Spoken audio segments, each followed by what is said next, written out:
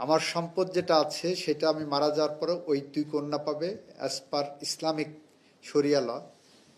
2/3, 1/3 চলে যাবে আমার অন্য ওয়ারিসদের পিছনে, আমার ভাই বোন তাদের কাছে। হিন্দু ধর্মে এই মেয়েদেরকে ওয়ারিসের জায়গাই নাই। খ্রিস্টান ধর্মে একরকম আছে। তো সেখানে একজন বাবা যখন তার জীবদ্দশায় মনে করবেন যে আমি যাওয়ার পর আমার কষ্টার্জিত সম্পদ আমার সন্তানদেরকে আমি গিফট করে দিয়ে যাব, দান করব, সেটা মুসলিম লতে আমরা পারবো না। কি কারণে? কমপ্লিট যখন আমি গিফট করব, হেবা করব, তখন আমার কমপ্লিট সারেন্ডার করতে হচ্ছে ওই প্রপার্টি। যে মুহূর্তে কমপ্লিট সারেন্ডার করার পরে ওই প্রপার্টির উপর আমার সমস্ত রকম অধিকার চলে যাচ্ছে, তারপরে আমি নির্ভরশীল হয়ে পড়ছি আমার ছেলে মেয়েদের উপরে। তারা যদি রাখতেও পারে নাও পারে। তো এরকম একটা কেস আমার কাছে এসেছিল। একজন মেজর জেনারেল সাহেব, মেজর জেনারেলের ওয়াইফ, আমি নাম বলছি না, ওনাদের 2টা মেয়ে সন্তান ছিল। তার বাড়িধারাতে একটা বাড়ি ছিল। জেনারেল সাহেব মারা যাওয়ার পরে ওনার ওয়াইফের নামে প্রপার্টিটা ছিল। 2 মেয়ের জামাইরে এসে তাকে এমনভাবে আদর আপ্যায়ন করছে যে উনি সব কিছু ভুলে প্রপার্টিটা তাদেরকে দিয়ে দিয়েছেন। যেদিন দিয়ে দিয়েছেন তার পরের সপ্তাহে ওই ভদ্র মহিলাকে, তার বয়স তখন প্রায় 80 বছর, 2 মেয়ে জামাইরা মিলে বাসা থেকে বের করে দিয়েছেন। যদি এরকম আইন করা যায়, ধরেন ভদ্র মহিলা গিফট করলেন, সেই গিফটটা কন্ডিশনাল গিফট হলো যে তার জীবদ্দশায় সে ভোগ দখল করতে পারবেন।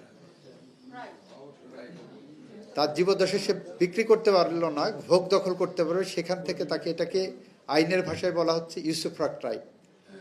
এখন সমস্যা হলো এই আইন যখন পাশ করতে যাব তখন মনে হবে গেল গেল গেল গেল, বুঝতে পারছেন? সেই জায়গায় আমাদের একটা ব্যাকিং আছে। ব্যাকিংটা হলো 1963 সালে পাকিস্তান সুপ্রিম কোর্টের একটা রায় আছে যেটাকে বলা হচ্ছে ইউসুফরাট রাইট। যে রায়ে বলা হচ্ছে বাবা মা যদি তার সন্তানকে কোনো প্রপার্টি গিফট করে, রিমুভেবল প্রপার্টি, তাহলে সে সেখানে জীবন সত্ত্ব রাখতে পারবে। আমি যে কথাটা বললাম ওটা আমাদের দেশে এখন এটা ওইভাবে এক্সারসাইজ হয় না। তবে 2টা গিফট ডিড আমি এই আলোকে করে দিয়েছিলাম। একটা ছিল ফরমার চিফ জাস্টিস জনাব মোস্তফা কামাল সাহেবের প্রপার্টি তার সন্তানদেরকে গিফট করে গেছিলেন এই ইউসুফরাট রাইটটাকে কন্টেন করে। আরেকটা হলেন ব্যারিস্টার সৈয়দ ইশতিয়াক আহমেদ, তার প্রপার্টি গিফট করেছিলেন তার সন্তান। আমি 2টাই আমি করে দিয়েছিলাম এই জাজমেন্টের আলোকে। তার সন্তান আমাদের former chief justice, immediate past chief justice, তাকে দিয়ে গিয়েছিলেন। তো আপনারা যদি সোশ্যাল অ্যাওয়ারনেস প্রোগ্রামের মধ্য দিয়ে এই জিনিসগুলো সামনে আনেন, অনেক প্রবীণ মানসিক শান্তি পাবেন, একই সাথে তার শেষ নিঃশ্বাস পর্যন্ত তার অর্জিত সম্পদ ভোগ দখল করে যেতে পারেন, কারোর উপর নির্ভরশীল হতে হবে না। এটা পিএলডিতে একটা ডিসিশন আছে। আপনাদের মধ্য থেকে প্রশ্ন এসেছে নারী, শিশু ও নারী নির্যাতন ডেস্ক আছে, প্রবীণ নির্যাতনের প্রতিরোধের ব্যাপারে কোনো ডেস্ক থাকবে কিনা। আপনাদের সদয় অবগতির জন্য জানাচ্ছি, আইন মন্ত্রণালয়ের অধীন আমরা এবার একটি আইন পাশ করেছি। আমাদের নতুন অধিদপ্তর গঠিত হয়েছে, লিগ্যাল এইড অধিদপ্তর। আপনার একটা 16699 হটলাইন আছে সারা বাংলাদেশের জন্য। সারা বাংলাদেশের জন্য এই অধিদপ্তরের আন্ডারে আমরা এখন লিগ্যাল এইড প্রোভাইড করছি, শুধুমাত্র প্রবীণদের জন্য না, সবার জন্যই।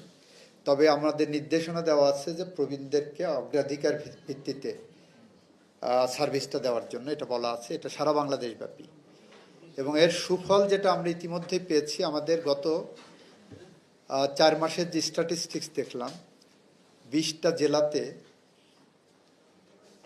আগের 4 মাসে মামলার ফাইলিং ছিল 10,000 সামথিং,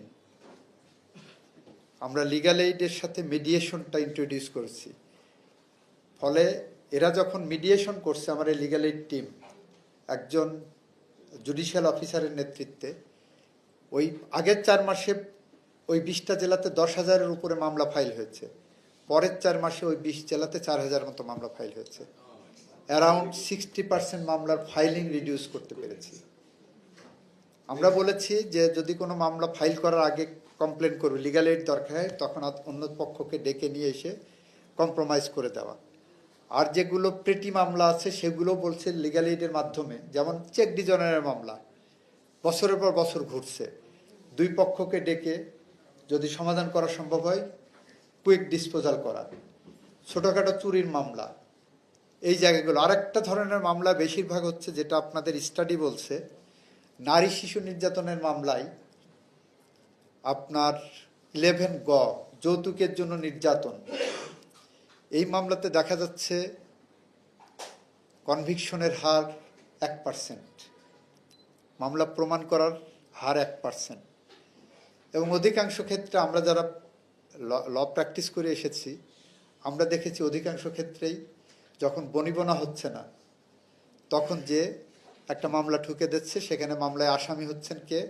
হাজব্যান্ড, শ্বশুর শাশুড়ি, ননদ, কোনো কোনো ক্ষেত্রে ননদের হাজব্যান্ড, দেবর, এরা মিলে, দেবর ভাসুর। এই কারণে আদালত তখন কনফিউশনে পড়ে যাচ্ছে। অনেক ক্ষেত্রে দেখা যায় ডিভোর্স হয়ে গেছে, ডিভোর্সের পরে যে মামলা করছে, ডিভোর্সের আগের ডেটে যৌতুক চাওয়ার অভিযোগ এনে। ফলে এই মামলাগুলোতে আমরা একটা পর্যায়ে চিন্তা করেছিলাম যে নেগোসিয়েশন করা যায় কি না, এই মিডিয়েশনের মাধ্যমে কুইক ডিসপোজালের দিকে। এখানে যারা নারী অধিকার কর্মী আছেন, মানবাধিকার কর্মী আছেন, তাদের পক্ষ থেকে বলেছেন এটা করলে নারী নির্যাতনকে আবার এনকারেজ করা হবে কিনা। স্টিল আমরা এটাকে বিবেচনায় নিচ্ছি, কারণ ওই মামলাতে আসামি জায়গায় প্রবীণ নারীরাও আসামি হচ্ছেন। প্রবীণ যিনি শ্বশুর, সেও আসামি হচ্ছে। এটা আমাদের একটা সোশ্যাল সাইকি তৈরি হয়ে গেছে যে আমরা এখান থেকে কিভাবে বের হতে পারি। We are thinking about it. আমরা শিশুর প্রতি সহিংসতার ব্যাপারে 0 টলারেন্স দেখাচ্ছি। যেমন আপনারা দেখেছেন আমাদের বাংলাদেশের ইতিহাসের সবচেয়ে শর্টেস্ট পসিবল টাইমে বিচার হয়েছিল রামিসা হত্যাকাণ্ডের, ধর্ষণ এবং হত্যাকাণ্ডের 6 কার্য দিবসে। আজকে আমরা সেই মাইল ফলকটাও ভেঙেছি। আমাদের ঝিনাইদহে 5 বছরের শিশু তামিমা তোয়া ধর্ষণ এবং হত্যা মামলায় 5 ওয়ার্কিং ডেজে আমরা বিচার সম্পন্ন করতে পেরেছি এবং একমাত্র আসামি, তার মৃত্যুদণ্ড হয়েছে। আজকের রেজাল্ট এটা।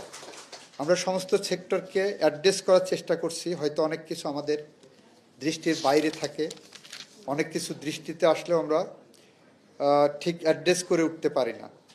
তো আপনাদেরকে অনুরোধ করব, আপনারা লিগ্যাল এইড ইউনিটের সাথে যোগাযোগ করবেন। কোনো জায়গায় বাংলাদেশের কোনো প্রান্তে কেউ যদি অসহায় প্রবীণ মানুষ, লিগ্যাল এইডের প্রয়োজন হয়, শেল্টারের প্রয়োজন হয়, লিগ্যাল শেল্টারের, আপনারা লিগ্যাল এইড অফিসে যোগাযোগ করবেন।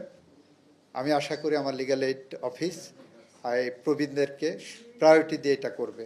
আর অন্যান্য যে সাবজেক্টগুলো আছে আপনারা চিন্তা করে যদি আমাদেরকে বিল আকারে প্লেস করেন, আমরা সেটাকে সর্বোচ্চ গুরুত্ব দিয়ে পাবলিক পলিসির পার্ট